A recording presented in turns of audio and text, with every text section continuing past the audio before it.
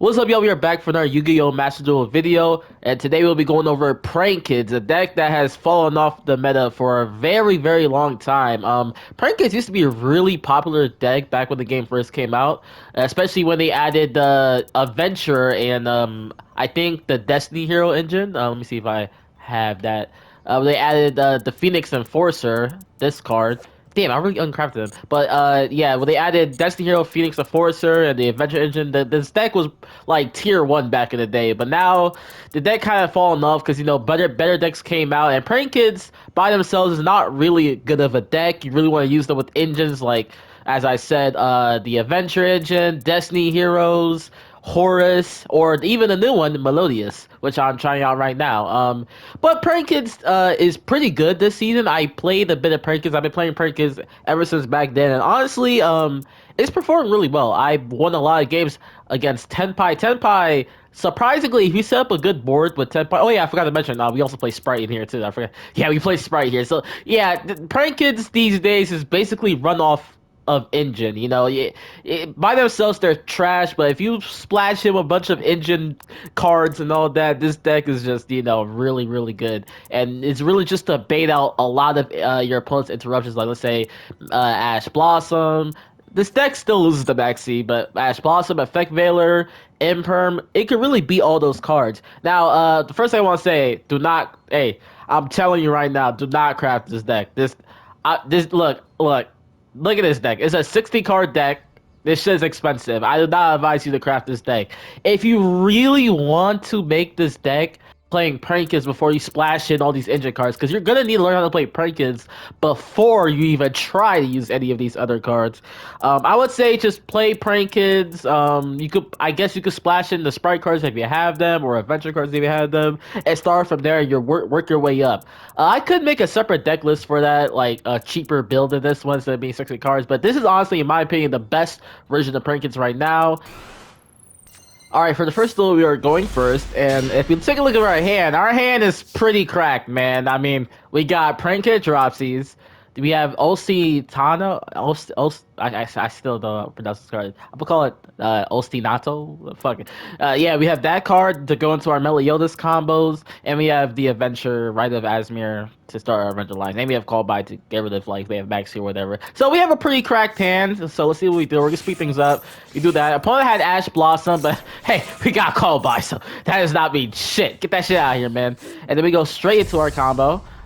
We actually also real quick, we actually play Score of the Melodious Diva here because this card is actually a card that we're gonna need to go to our Sprite board. So yeah, make sure you play this card when you're playing this in Prank Kids. So yeah, we basically do Melodious stuff. Again, I'm gonna do a guide. If y'all really want a guide, I'll do a guide, but I'm not really gonna explain all this, so I'm gonna let this do that.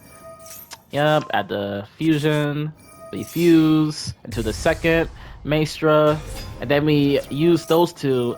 Also, real quick, you don't have to. Okay, so after you use these, after you do the fusion and send these two to your extra deck, and they come back to be a pendulum scale, you don't have to activate this. I feel like this take up your spell and trap space, because I feel like Prank Kids really do use up like a lot of their backboard if you draw into the Adventure line.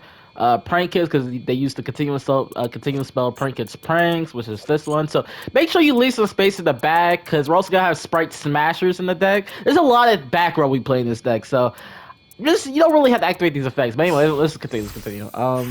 We go into All Dice Absolute Dragon, and then after that, we link these two into Cross Sheep. And surprisingly enough, Cross Sheep is actually useful for the line. No joke, he's actually useful. Now we activate 3 of these effects. We draw 1, summon back Score, then we go into All Dice Vortex for the Omni Negate. Alright, then we do Prank Kids stuff. Again, if y'all need the guide, I'll do the Prank Kids guide, but I'll just let this do this. Set the fusion to the grave. Link it to another do. Activate Land Piece, and we actually use Cross Sheep here to summon another Princess from the grave, since we have Odd Eyes Vortex Dragons being point towards the cross sheep. So now we can summon two Princess, and this is actually useful here because we don't have to waste using Prankid's Pranks effect to discard a Prankid's and summon a token.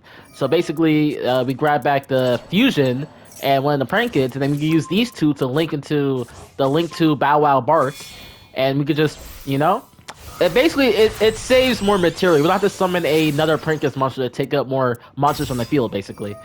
Alright, now we go to our adventure line here, so we do that, then we go Gigantic Sprite, activate Fateful Adventure, grab the equip spell, discard it with while adding the Gryphon Rider, summon Gryphon Rider, and yeah, and then after this we go basic to our sprite board. Now I know y'all wondering, bro, you don't have enough space for a sprite.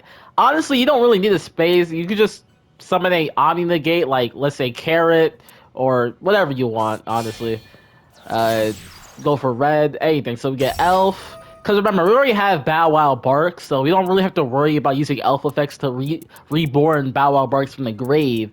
If you don't have, if you don't have that line set up.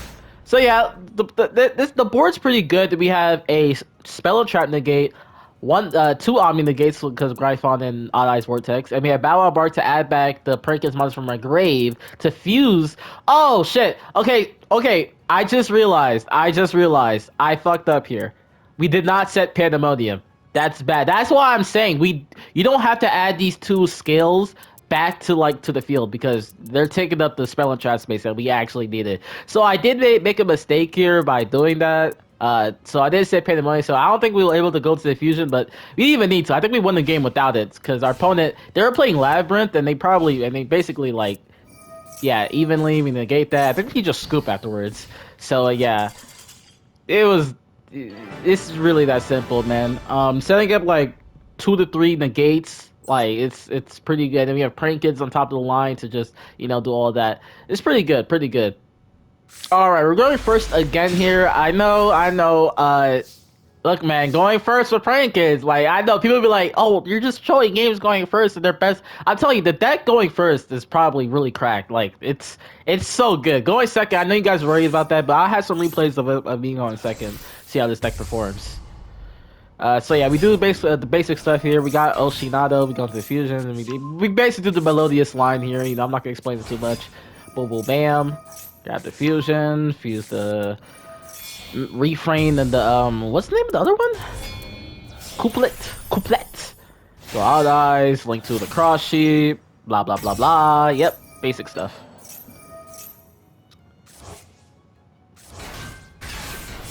And what makes this turn one combo different from the other one, you'll see.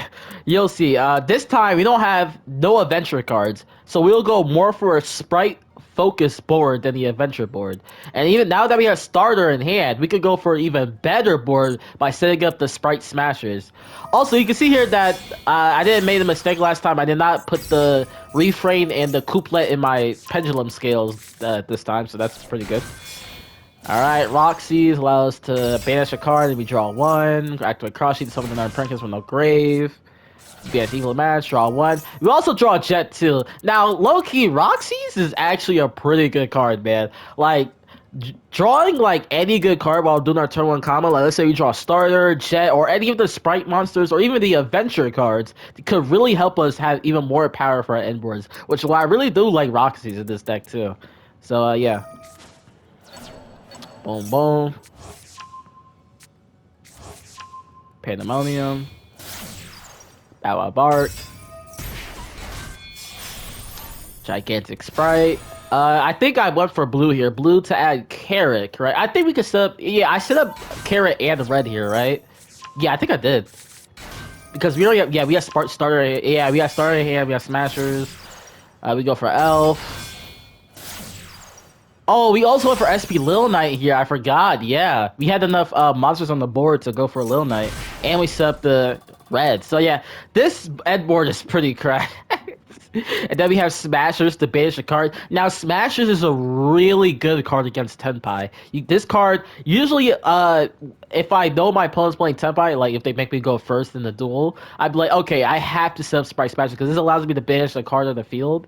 And usually I just banish the field spell or any of the Tenpai monsters that's problematic. So mainly for the field spell though. So yeah, this deck does perform well against Tenpai because we also have a spell negate, the Navi negate. Like bro, we could clap up Tenpai, man. And also look what we have in our hand, bro. Ash Blossom, Max C. Come on, dude. This is basically like the perfect end board, man. We got. Oh, this is the game-winning hand. There's no way my opponent can beat this. And if they do, they're just cracked at the game. Actually, there is a way your opponent could beat this. Super Poly could kind of counter this deck a little bit, I guess. I mean, Super Polymerization can only get rid of like up to 2 negates or 2 monsters, and if anything, they'll probably go for like I guess Odd Eyes Vortex or Red or Elf.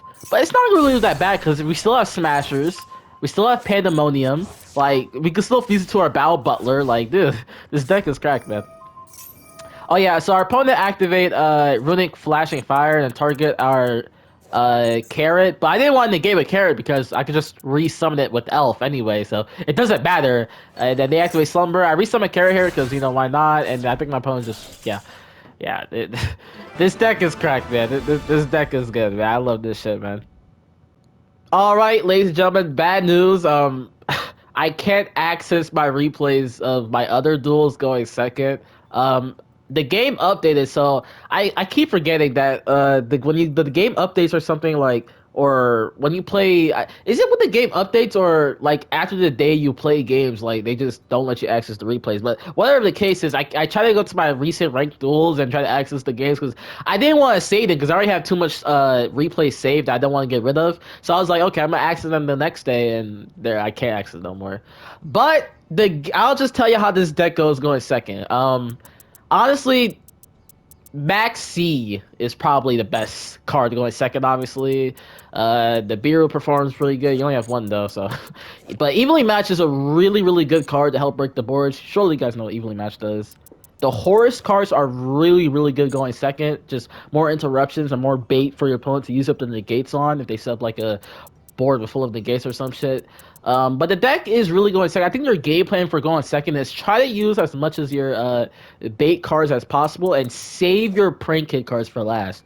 You always want to save them for last unless, you know, there's some situation where you have to summon them or something, but always save them for last because these are your main combos.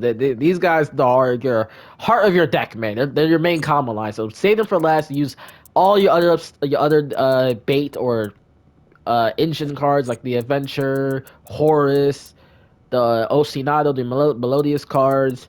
Yeah, basically your Sprite cards. And yeah, that's probably the going second plan. And usually you can set up a pretty good board going second or get rid of their board going second if you like. Go into especially if you get the Melodious cards, you can go into the Melodious cards and you set up an Omni Gate with the Vortex, and they can't really do anything much about that. Or you can just do your turn one common line and go into the Battle Butler. So yeah, the deck going second is pretty good, but obviously this deck performs amazing going first. And this deck does have weaknesses, if I'll be honest. This deck loses to Maxi pretty easily. I mean, let's be real. Any deck loses to Maxi, bro.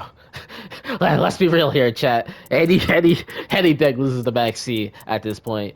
The deck does not lose to Ash Blossom. Ash Blossom, this deck, bro, this deck eats Ash Blossom for breakfast, bro. With the amount of baits we have, even with the field spell, like if your opponent does not know what prank is, dude, bro, they will not save their Ash Blossom for prank is. I'm telling you, man. What else? The deck against Effect Veiler, this deck performs pretty good. If you set up like a Monster Negate with the Horus cards by going to the number 90 Galaxy Eyes Photon Lord, or even just you know, I guess if you have Call by your hand or cards out, whatever the case, or if you have like a let's say you had Dropsies and you have blue, you could grab a red so you could be safe from the negate. So yeah, there's a lot of ways you could deal with a lot of hand traps against with prank kids. So what else? Imperm could probably clap this deck if you don't have the adventure cards. Like if you don't have the Gryphon Rider on field, Imperm could clap the deck because they'll probably Imperm Duel, which kind of hurt your plays. Nibiru, this deck doesn't really lose to Nibiru that much if you have your adventure cards or if you set up your Horus cards to go into the number 90 Galaxy Eyes Photon Lord. What else? There's probably still a lot of other hand traps this deck could deal with.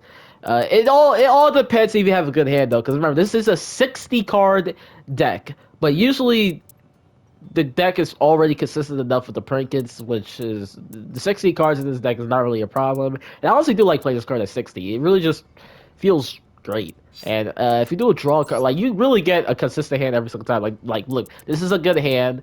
Even if you don't have a Prinkets monster, this is fine. You can still set up a board with like 2 to 3 to even 4 monster negates, which is crazy. And you could probably draw into your Prinkets monster with if you go into your Melodious combo. So yeah, but this deck is basically consistent every time. Like every time we draw a card, like this deck is basically consistent every time. You're gonna get a Prankus monster in your hand like 99% of the time, bro. But yeah, that'll be it for the deck list. I wish I'm gonna show y'all going second plays because I feel like that's what people really like decks that go in second. I like deck that are good that goes second because in this meta, if you play a deck that's only good going first, it's not really that interesting. But a deck that can perform well going first and second is pretty good. I think this deck can really do that. So yeah, I'll catch y'all in the next video. Maybe I'll do a guide or probably show some more replays. But yeah, I'll catch y'all on the next one. Peace out.